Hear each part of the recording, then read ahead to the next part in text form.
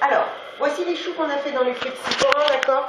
Et ici, on a fait aussi des choux au sucre grain. Soit c'est pour départager les arômes, quand vous faites chocolat souvent, ou un arôme différent. Vous utilisez du sucre grain pour que les clients sachent à quoi ils ont affaire. Pour le sucre, vous n'hésitez pas à le réchauffer régulièrement, mais attention, vous avez bien vu, pas de coloration ou très peu pour garder quelque chose de très clair, très visuel. On va ensuite, une fois qu'on a tout glacé, on va commencer le montage. Vous avez vu que j'étais prête pour le montage avec mon silpad. Mais d'abord, on va faire le socle en nougatine dont j'ai besoin pour mettre la pièce montée. Alors c'est quelque chose qui est un petit peu kitsch entre guillemets, je vous le montre, c'est quelque chose de technique.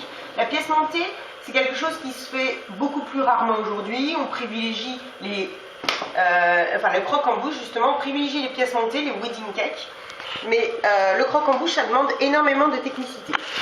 Donc ici, on va utiliser ce caramel. Attention justement, ce caramel il ne doit pas être foncé. Comme vous pouvez le voir, en fait il est presque translucide. Et je vais coller mes petites dents de loup de cette façon-là.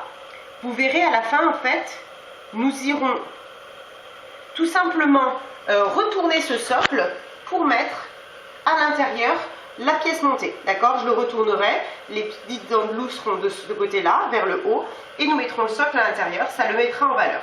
Donc ici, je les colle, collées les unes aux autres.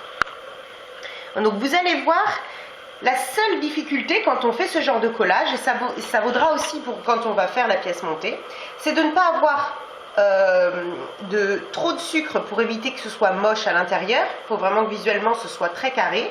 Et puis quand on va arriver à la fin, il faut faire attention, quand il nous en reste que 3, on fait bien attention s'il faut un petit peu les serrer les unes légèrement sur les autres ou alors légèrement les écarter, suivant ce qui nous reste et suivant la taille. D'accord? Donc on fait bien attention quand on arrive sur la fin.